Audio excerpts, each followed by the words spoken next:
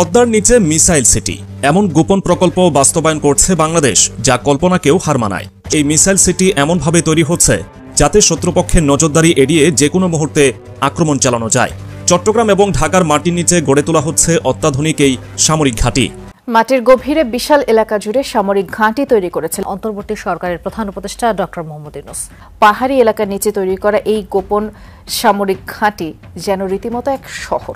এবার স্বৈরাচারের প্রেতাত্মাদের জন্য একটা দুঃসংবাদ হলো এই প্রথমবারের মতন বাইরে কলিজা কাহারে বলে কত প্রকার কি এটার একটা প্রমাণ দিয়েছে আমাদের ডক্টর মোহাম্মদ ইউনূস। কি এমন মেশিন আসলো যেটা দিয়া এতগুলা সিকিউরিটি লেয়ারকে ফাইরা চাঞ্চল্যকর অবস্থা সমুদ্রে উঠেছে তুফান, আর সেই তুফান ওঠানোর যারা মূল নায়ক আমাদের। আমি হাতে নাতে দেখাতে চাই আপনাদেরকে পরিণতিটা কতটা ভয়ঙ্কর যাচ্ছে ভারতের জন্য।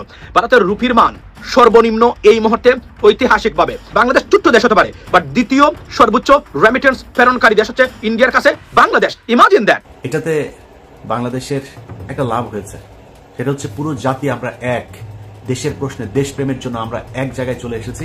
এটা হচ্ছে বাংলাদেশের লাভ। ওদের তো বাথরুম করার পায়খানা নাই, কয়েকদিন হাগার জন্য গুও থাকবে না পেটের মধ্যে, কারণ খাইতে পাবে না তো গু কোত্থেকে আসবে, হাগারও দরকার হবে না, বাথরুমেরও দরকার হবে না। এইভাবে মিথ্যা প্রচার করার জন্য শুভেন্দু অধিকারীর বিরুদ্ধে রাজ্য প্রশাসনের সর্বোচ্চ কর্তা যিনি মমতা ব্যানার্জি কি ব্যবস্থা গ্রহণ করেছেন, কি সুমোটো করেছেন, সেটা আমরা দেখতে চাই। দর্শক, গুরুত্বপূর্ণ একটি ব্রেকিং খবর এইমাত্র বিভিন্ন চ্যানেলে প্রচার হচ্ছে। সেটি হচ্ছে প্রধান উপদেষ্টা ইউরোপীয় ইউনিয়নভুক্ত 27টি দেশের রাষ্ট্রদূতের সঙ্গে বৈঠক করবেন।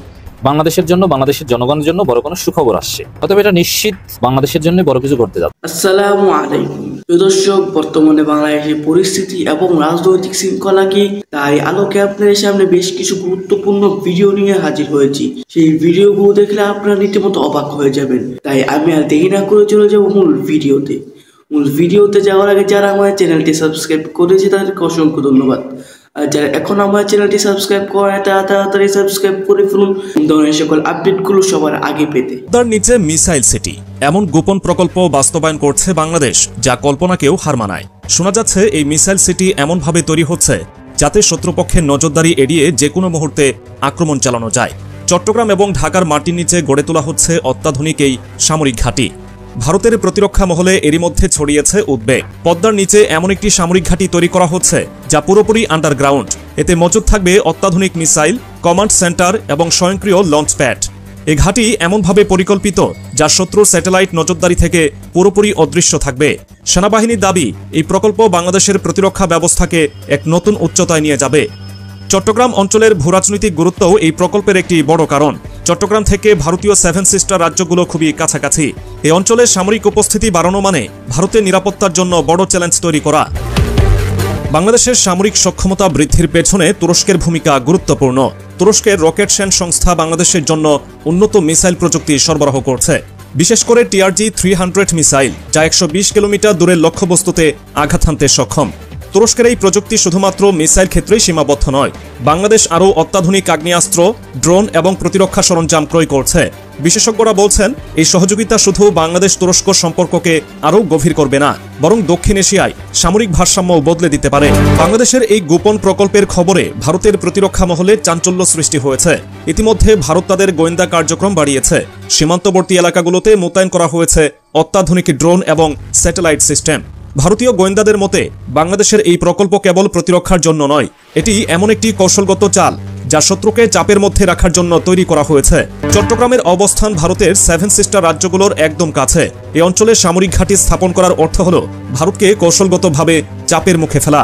বিশেষজ্ঞরা বলছেন, চট্টগ্রাম থেকে মিসাইল লঞ্চ করার সময়সীমা অত্যন্ত কম, ফলে যে কোনো আক্রমণ প্রতিহত করা ভারতের জন্য বড় চ্যালেঞ্জ হয়ে দাঁড়াবে। বাংলাদেশ সেনাবাহিনী তাদের কাঠামোতে বড় পরিবর্তন এনেছে। 4টি ভৌগোলিক কমান্ডে সেনাবাহিনীকে ভাগ করা হয়েছে। প্রতিটি কমান্ডের জন্য বিশেষায়িত মিসাইল ইউনিট রাখা হয়েছে। ঢাকা দেশের প্রশাসনিক কেন্দ্র, চট্টগ্রাম ভারতীয় সীমান্ত এবং বঙ্গোপসাগরের জন্য কৌশলগত অঞ্চল, রাজশাহী উত্তরবঙ্গের প্রতিরক্ষা, খুলনা দক্ষিণাঞ্চলের নিরাপত্তা এবং সামুদ্রিক প্রতিরক্ষা।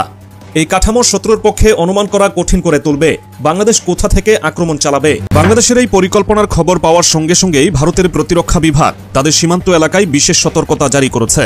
অসম, পশ্চিমবঙ্গ এবং ত্রিপুরার মতো সীমান্তবর্তী অঞ্চলে মোতায়েন করা হচ্ছে অত্যাধুনিক কামিকাজে ড্রোন।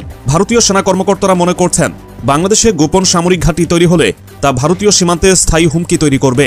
বিশেষ করে চট্টগ্রাম থেকে মিসাইল ছুড়লে ভারতের উত্তর পূর্বাঞ্চল অল্প সময়ের মধ্যেই আঘাতের শিকার হতে পারে। বাংলাদেশের এই মিসাইল সিটি প্রকল্প কি কেবল প্রতিরক্ষার জন্য, নাকি এটি আক্রমণাত্মক প্রস্তুতির অংশ? সামরিক বিশ্লেষকরা বলছেন, এই প্রকল্পের মাধ্যমে বাংলাদেশ তার প্রতিরক্ষা ব্যবস্থাকে যেমন শক্তিশালী করছে, তেমনি কৌশলগত অবস্থানকে কাজে লাগিয়ে আঞ্চলিক শক্তি হিসেবে আত্মপ্রকাশ করতে চাচ্ছে। তুরস্কের সঙ্গে বাংলাদেশের ক্রমবর্ধমান সামরিক সম্পর্ক নিয়ে ভারতের উদ্বেগ ক্রমশ বাড়ছে। তবে বাংলাদেশের পক্ষ থেকে এই প্রকল্পের বিষয়ে কোনো আনুষ্ঠানিক ঘোষণা না আসায় এটি আরও রহস্যময় হয়ে উঠেছে। বাংলাদেশ ও ভারতের মধ্যে ঐতিহাসিকভাবে ঘনিষ্ঠ কূটনৈতিক এবং সাংস্কৃতিক সম্পর্ক থাকলেও সাম্প্রতিক সময়ে বিভিন্ন ইস্যুতে উত্তেজনা বৃদ্ধি পেয়েছে। বিশেষ করে চিন্ময় কৃষ্ণপ্রভুর গ্রেফতার ভারতের প্রতিরক্ষা বিভাগ বেশ উদ্বিগ্ন। ভারত মনে করছে, বাংলাদেশের ভেতরে সামরিক শক্তি বাড়ানোর এই পরিকল্পনা শুধুই প্রতিরক্ষামূলক নয়, বরং দক্ষিণ এশিয়ায় নতুন করে শক্তির ভারসাম্য পরিবর্তনের অংশ। বিশেষ করে চট্টগ্রামে গোপন মিসাইল সিটির অবস্থান ভারতের 7 সিস্টার রাজ্যগুলোর জন্য বড় ধরনের হুমকি হিসেবে দেখা দিচ্ছে। তবে বাংলাদেশের এই পদক্ষেপ কেবলমাত্র জাতীয় নিরাপত্তা এবং প্রতিরক্ষার জন্য, নাকি এটি একটি আঞ্চলিক কৌশলগত সিদ্ধান্ত, এই প্রশ্ন এখনও ভারতের জন্য রহস্যময়। ভারতের গোয়েন্দা বিভাগ জানাচ্ছে, বাংলাদেশের সেনাবাহিনী এই প্রকল্প বাস্তবায়নে সরাসরি বিদেশি সহায়তা নিচ্ছে। বিশেষ করে তুরস্কের সঙ্গে সামরিক চুক্তি ভারতের উদ্বেগ আরও বাড়িয়ে দিয়েছে। ভারত মনে করছে, যদি এই প্রকল্প সফলভাবে বাস্তবায়িত হয়, তবে এটি শুধু ভারতের সীমান্তেই নয়, গোটা দক্ষিণ এশিয়ার নিরাপত্তার প্রেক্ষাপটে নতুন উত্তেজনা সৃষ্টি করবে। মজার ব্যাপারটা হলো, একটা কথা আছে আমাদের কুমিল্লার ভাষায়, ক্ষেতের চাক্কা খেতে ভাঙে, লাইলে তোলে না। তাহলে আপনার হাতে যখন ক্ষমতা ছিল, আপনি ক্ষমতাকে প্রয়োগ করে যা যা করছেন, সময়ের পরিবর্তনে একই জিনিসগুলো আবার আপনার সাথেই ঘটা শুরু করেছে। তো মানুষের মধ্যে স্বাভাবিক একটা কী বলা যায়, কমন চরিত্র আছে। যখন আমি অন্যায় করি, আমার কাছে মনে হয় না এটা তো ন্যাচারাল বা এটা নর্মাল, আর আমার সাথে যখন অন্যায় হয় তখন মনে হয় যে তার উপরে খোদার গজব পড়ুক, বিষয়টা অনেকটা এরকম টাইপেরই। তো যাই হোক, এই মুহূর্তে সর্বশেষ বাংলাদেশ আওয়ামী লীগের যিনি সভানেত্রী, সাবেক প্রধানমন্ত্রী শেখ হাসিনার সর্বশেষ একটা অস্ত্র ছিল বাংলাদেশের মানুষকে বা আওয়ামী লীগের নেতাকর্মীদেরকে উজ্জীবিত করতে, পরিকল্পিতভাবে হোক অথবা সামহাও ফোন আলাপগুলা ফাঁস করা হোক, যেভাবেই হোক, তার ফোন আলাপগুলো নিয়ে মানুষের মধ্যে কৌতূহল বা আগ্রহ ছিল। আর এই ফোন আলাপগুলো বাংলাদেশের যে সার্বিক পরিস্থিতি, সেই পরিস্থিতিকে কখনো এরকম দোলাইতো, আবার কখনো ধরেন কাঁপাইতো।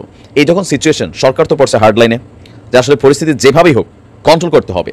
কয়েকবার চেষ্টা করছে হয়তো ভারতের সাথে, আমরা দেখেছি ডক্টর মোহাম্মদ ইউনূস বলছে যে ভারতে শেখ হাসিনাকে চুপ থাকতে বলেন, তিনি তো চুপ থাকছেন না, বিভিন্ন জায়গায় বক্তব্য দিচ্ছেন। আর এই বক্তব্যগুলো বাংলাদেশের মূল স্ট্রিমিং যে মিডিয়া আছে, গণমাধ্যম আছে, ইউটিউব, ফেসবুকে প্রচারিত হতো। তো এখন দিন শেষে শেখ হাসিনার জন্য একদম ফাইনালি 16 ঘাটে আটকানোর জন্য নতুন সিদ্ধান্ত আসছে। তবে এই সিদ্ধান্তটা বিএনপির অনেক নেতাকর্মীদের বিরুদ্ধে ছিল, একসময় জামাতের জন্য ছিল। লাস্ট 15 বছরের অধিকাংশ সময় তারেক রহমানের কোনো বক্তব্য দেশের মিডিয়া প্রচার করে নাই, এখন ঢুকলেই জামাত আর বিএনপির বক্তব্য। তো এবার এই ফাঁদে শেখ হাসিনাকে আটকানো হয়েছে। মানবতা বিরোধী অপরাধের মামলার আসামি শেখ হাসিনার বিদ্বেষমূলক বক্তব্য। তবে এখানে শব্দটার মধ্যে একটা ইস্যু আছে, বিদ্বেষমূলক। তিনি যদি দেশ জাতির উদ্দেশ্যে কোনো পজিটিভ বক্তব্য দেন, সম্ভবত সেটা প্রচার করা যাবে, কারণ এখানে কোরআন কোড বলা হয়েছে বিদ্বেষমূলক বক্তব্য। ওই যে টুস করে ঢুকে পড়বো, অথবা ওই যে কি বলে, ট্রাম্পের ছবিটা লাগে বা ছবি থাকে না, এরকম যে ভেজাইলা বক্তব্যগুলো, ওই রকম বক্তব্যগুলো গণমাধ্যম, সামাজিক যোগাযোগ মাধ্যম, ফেসবুক, ইউটিউব এবং টুইটার, সাবেক বর্তমানে এক্স, সেখানে প্রচার না করতে নিষেধাজ্ঞা দিয়েছে আন্তর্জাতিক অপরাধ ট্রাইব্যুনাল। এটা আওয়ামী লীগের আমলে করা আন্তর্জাতিক অপরাধ ট্রাইব্যুনাল। তো আমাদের গতকালকে বিচারপতি গোলাম মর্তুজার নেতৃত্বাধীন 2 সদস্যের ট্রাইব্যুনাল প্রসিকিউশন টিমের আবেদনের প্রেক্ষিতে আপনার এই আদেশ দেওয়া হয়েছে। এছাড়া এই বিষয়ে মানে এই স্ট্রিমিং যেগুলো আছে বা মিডিয়া প্ল্যাটফর্ম, এগুলোকে যারা কন্ট্রোল করে সরকারের যে সেক্টর, সরকারের যথাযথ কর্তৃপক্ষকে অতি দ্রুত এই আদেশ বাস্তবায়ন করতে বলা হয়েছে। সেই সঙ্গে আগে যত বক্তব্য তিনি দিয়েছেন, মানে গেল বেশ কয়েকটা বক্তব্য, সেই বক্তব্যগুলো আপনার এই মিডিয়া প্ল্যাটফর্ম থেকে সরাতে বাংলাদেশ টেলিযোগাযোগ নিয়ন্ত্রণ কমিশনকে, তথ্য মন্ত্রণালয় এবং আইসিটি মন্ত্রণালয়কে নির্দেশ দিয়েছে মাননীয় আদালত। ভবিষ্যতে যেন শেখ হাসিনার কোনো ধরনের হেট স্পিচ সম্প্রচার বা প্রকাশ না হয়। তার মানে পজিটিভ বক্তব্য দিলে সেটা গণমাধ্যম প্রকাশ করতে পারবে। হেট স্পিচ বলা হয়েছে, মানে ঘৃণামূলক, বিদ্বেষমূলক অথবা ভেজালমূলক যে সকল বক্তব্য আছে, সেগুলো যেন সম্প্রচার বা প্রকাশ না হয়, সেই জন্য ট্রাইব্যুনাল আদেশ দিয়েছেন। ট্রাইব্যুনাল আরও বলেছেন, বিদ্বেষমূলক বক্তব্যের কারণে মামলার বিচারের সময় সাক্ষী এবং ভুক্তভোগীদের ট্রাইব্যুনালে আনা যাবে না, তারা ভয় আসবেন না। আন্তর্জাতিক অপরাধ ট্রাইব্যুনালের প্রসিকিউটর বলছেন, আমরা আবেদনটি করেছিলাম একজন আসামির হেড স্পিচের বিষয়ে, তিনি হলেন শেখ হাসিনা, কারণ এখন পর্যন্ত শুধু ওনার হেড স্পিচগুলো আমাদের কাছে আছে, যেগুলোর প্রমাণ পেয়েছি, এগুলো তদন্তকে বাধাগ্রস্ত করবে। তো আপনার অলরেডি এই ইস্যুতে ফেসবুক, এক্স, ইউটিউব সহ আন্তর্জাতিক প্ল্যাটফর্মের কাছে লিখিতভাবে ট্রাইব্যুনালের আদেশটি পৌঁছানো হবে বলেও জানিয়েছেন প্রসিকিউটর আব্দুল্লাহ আল নোমান। এখন এটা যদি পৌঁছানো হয়, তো সেই ক্ষেত্রে আওয়ামী লীগের যে অফিসিয়াল ভেরিফাইড ফেসবুক পেজ আছে, সেখানেও কিন্তু ওনার কোনো বক্তব্য সম্ভবত প্রচার করতে পারবে না। ইউটিউব বা মেটা তাদের কমিউনিটির অংশ হিসাবে হয়তোবা এই ভিডিওগুলো আপলোড করতে দেবে না, বা দিলে কয়েক ঘন্টা পরে সেগুলো অটো ডিলিট হয়ে যাবে। দৃশ্যপটটা জাস্ট হচ্ছে 6 মাস আগে পড়ে, মানে গেল 6 মাস আগে তারেক রহমানের কোনো বক্তব্য প্রচার করা, তারপর হচ্ছে জামাতের কোনো বক্তব্য প্রচার করা যেমন কষ্টসাধ্য দুঃসাধ্য ছিল, টেলিভিশন করে নাই, ঠিক সেম জিনিসটাই এখন শেখ হাসিনার জন্য সামনে চলে আসছে। দেখা যাক এখন আওয়ামী লীগ তাদের রাজনৈতিক কর্মকাণ্ড মিডিয়া প্ল্যাটফর্মে কিভাবে করেন। এটাতে বাংলাদেশের একটা লাভ হয়েছে, সেটা হচ্ছে পুরো জাতি আমরা এক, দেশের প্রশ্নে দেশপ্রেমের জন্য আমরা এক জায়গায় চলে এসেছি, এটা হচ্ছে বাংলাদেশের লাভ। আর ভারতের কিছু মূর্খ ধর্মান্ধ যেসব এই যে বিজেপি আরএসএস যেগুলো আছে, শুভেন্দু অধিকারী সহ যারা এসব করছে, ওদের তো বাথরুম করার পায়খানা নাই, কয়েকদিন হাগার জন্য গুও থাকবে না পেটের মধ্যে, কারণ খাইতে পাবে না তো, গু কোত্থেকে আসবে, হাগারও দরকার হবে না, বাথরুমেরও দরকার হবে না। আমাদেরকে থ্রেট করা হচ্ছে, ট্রিটমেন্ট দিবে না, ওদের হোটেলে আমাদেরকে থাকতে দিবে না। আলহামদুলিল্লাহ, আমি খুব খুশি হয়েছি যে বাংলাদেশের মানুষ ওই দেশে ঘুরতে যাবে না, পাকিস্তানে ঘুরতে যাব। অনেক সুন্দর সুন্দর জায়গা আছে পাকিস্তানে, পোর্ট এন্ট্রি ভিসা নিয়ে যাবেন, এখানে কোনো ভিসা টিসা লাগবে না, ঢুকে যাবেন, ঘুরে টুরে চলে যাবেন, পাকিস্তানের ভাইয়েরা আপনাদেরকে আদর আপ্যায়ন করবে। সো পাকিস্তান যাবেন। যারা ব্লগ করেন বিভিন্ন ইন্ডিয়ান জামা কাপড় নিয়ে করতেন, কসমেটিক্স নিয়ে করতেন, পাকিস্তানের জামা কাপড়ের মান অনেক ভালো। বিভিন্ন প্রোডাক্ট, বিভিন্ন ইলেকট্রিক সামগ্রী আমরা পাকিস্তান থেকে আনবো, ইন্ডিয়া থেকে আনবো না। আমি বাংলাদেশের যারা কিনা বিজনেস করেন তাদের কাছে অনুরোধ থাকবে পাকিস্তানের সাথে সম্পর্ক আরো সুদৃঢ় করার। গ্যারান্টি দিলাম, এই বাংলাদেশের উপরে যদি কোনো বিদেশি আগ্রাসন, যে কোনো পৃথিবীর যেই দেশেরই আগ্রাসন আসুক, সবার আগে বাংলাদেশের মানুষের সাথে পাকিস্তান দাঁড়াবে। অতএব তাদের অর্থনৈতিক যে ভিত সেটা মজবুত করার জন্য আমরা তাদের কাছ থেকে জিনিস কিনবো, আমাদের জিনিস তারা কিনবে, তাদের সাথে সাংস্কৃতিক, অর্থনৈতিক, রাজনৈতিক সব ধরনের একটা সম্পর্ক হইতে হবে। 1971 সাল ইজ গন, আমরা 71 সাল নিয়ে তাকাই না। 71 সালের মতো বাংলাদেশ পাকিস্তান জীবনে কোনোদিন আলাদা হবেও না। এটা একসাথ করার সময় ব্রিটিশদের চাল ছিল, একটার ওই মাথায় একটার এই মাথায়, সো এটা এমনিতেই আলটিমেটলি থাকতো না। আমরা এখনো এক হইতে চাই না, কিন্তু সম্পর্কটা মজবুত হইতে হবে।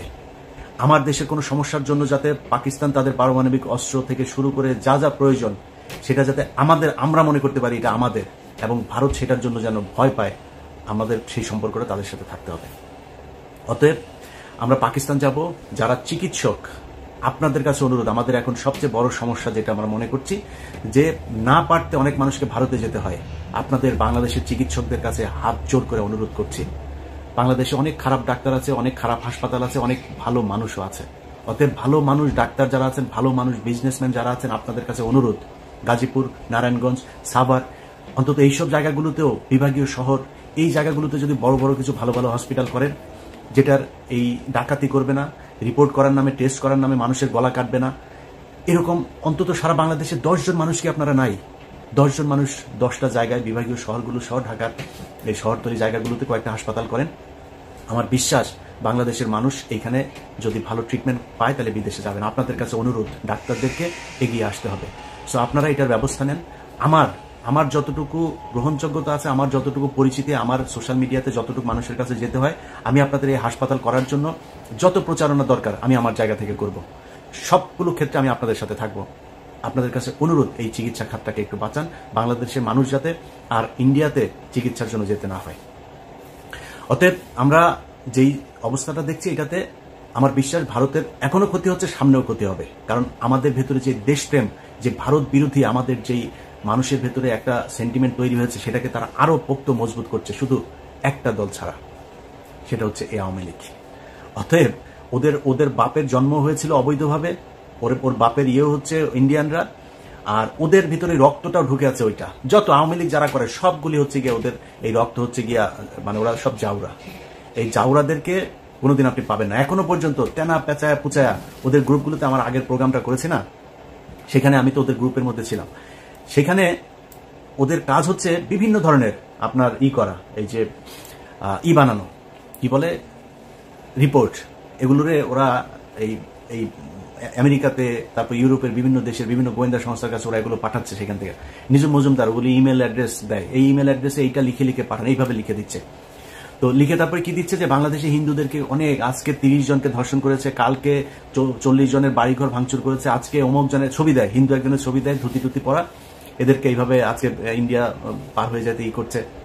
তো অন্যান্য দেশের গোয়েন্দা সংস্থা তারা তো আর মানে কচু খায় না, তাই না? তারা তো জানে, তারা তো তথ্য নিবে, তারা তদন্ত করবে, করে দেখবে না এগুলো কি হচ্ছে, এগুলো করছে। আমি বাংলাদেশের হিন্দুদের কাছে অনুরোধ করব, হিন্দুরা আসলে আপনাদেরকে কোনো কিছু চাপ দিয়ে বলানো হচ্ছে না, আসলে আপনারা হিন্দুরা কেমন আছেন, আপনাদের উপরে আমাদের মুসলমানদের ধর্মীয় কারণে আসলে কি আপনাদেরকে টর্চার করা হয়? আমি ইলিয়াস বললাম, যদি করা হয় প্লিজ আমাকে বলবেন, আমি আপনাকে লাইভে নিয়ে আসবো, সারা বাংলাদেশের মুসলমানদের কাছে বিচার চাইবে একজন হিন্দুকে কেন এভাবে টর্চার করা হয়। ইসলাম যদি কেউ প্রতিষ্ঠা করতেও চায়, জোর করে আপনার প্রতিষ্ঠা করা না, ইসলামের সৌন্দর্য দিয়ে আপনাকে আকৃষ্ট করা হবে। সো আপনার যদি মনে হয় যে আপনাকে মুসলমানরা টর্চার করে, আপনি আমাদের বলেন, আমরা আপনার পাশে দাঁড়াবো। আমি কথা দিচ্ছি, অনেক মানুষ হয়তো মনে করেন আমি খুব হিন্দু বিদ্বেষ, আরে ভাই আপনার বিদ্বেষ দিয়ে আমি কি করবো? বাংলার পৃথিবীর মধ্যে 180 কোটি 200 কোটি মুসলমান, এত মুসলমান দরকার নাই তো ভাই, বহুত মুসলমান আছে, মুসলমানরাই ইসলাম পালন করেন। আপনি হিন্দু কোন ধর্ম পালন করলেন আমার সমস্যা আছে না, আপনি আপনার ধর্ম করেন ভাই, আমি আমার ধর্ম করবো। আমি আমার ধর্মের সৌন্দর্যটা আপনার সাথে যদি ওইরকম সম্পর্ক হয়, আমি বলবো যে ভাই আমার ধর্মটা এই, আপনার ভাল লাগলে আপনি ডিসিশন নিয়ে নেবেন আপনি কোন ধর্ম পালন করবেন।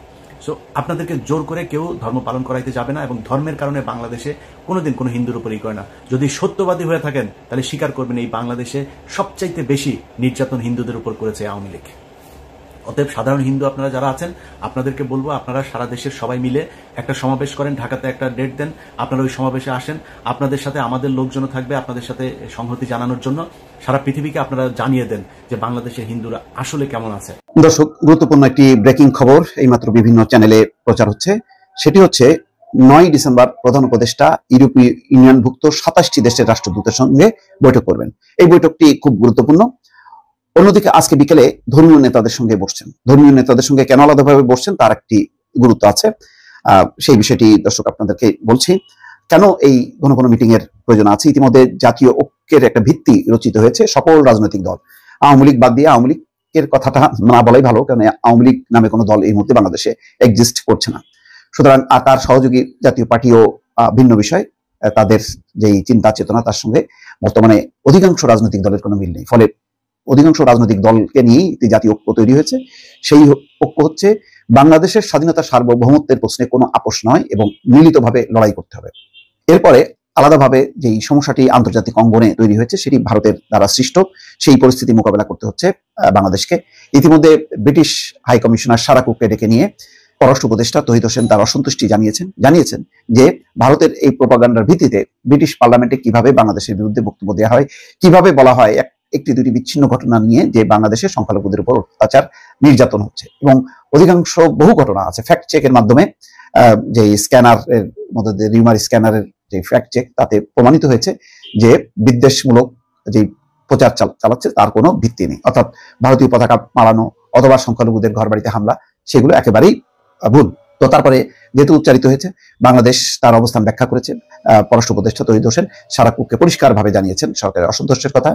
তো যুক্তরাজ্য ছাড়াও যেই ইউরোপীয় ইউনিয়নভুক্ত যে দেশগুলো আছে সেই দেশগুলোকে একটি ব্রিফিং দিতে চান প্রধান উপদেষ্টা ডক্টর মোহাম্মদ ইউনূস, এবং পরিষ্কারভাবে বলতে চান যে বাংলাদেশে কোনো ধর্মীয় ভেদাভেদ নেই, কোনো সম্প্রদায় জাতিগত ভেদাভেদ নেই, সবাই বাংলাদেশী, এবং যারাই লক্ষ্যবস্তু করবে কোনো ধর্মকে বা কোনো গোষ্ঠীকে, তাদের বিরুদ্ধে প্রচলিত আইন অনুযায়ী ব্যবস্থা নেওয়া হবে। এই ক্ষেত্রে কে হিন্দু কে মুসলিম সেটা কোনো বিবেচ্য বিষয় হবে না।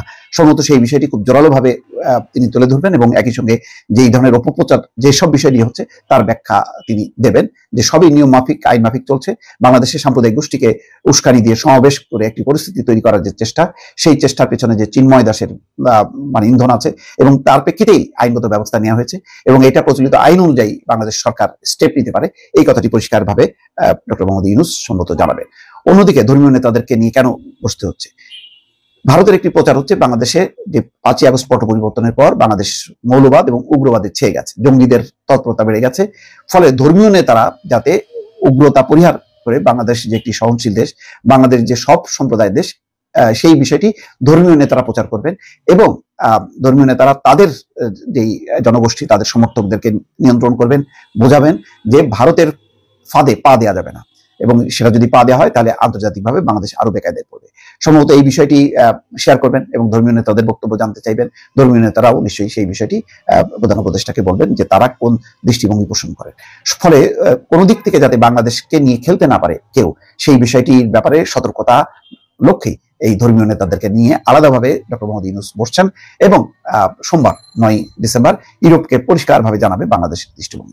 দর্শক, আমি আশা করছি আপনারা সকলেই আলোচনাগুলো শুনেছেন, এবং এই আলোচনাগুলো নিয়ে যদি আপনাদের কোনো মন্তব্য থেকে থাকে অবশ্যই কমেন্ট বক্সে জানাবেন।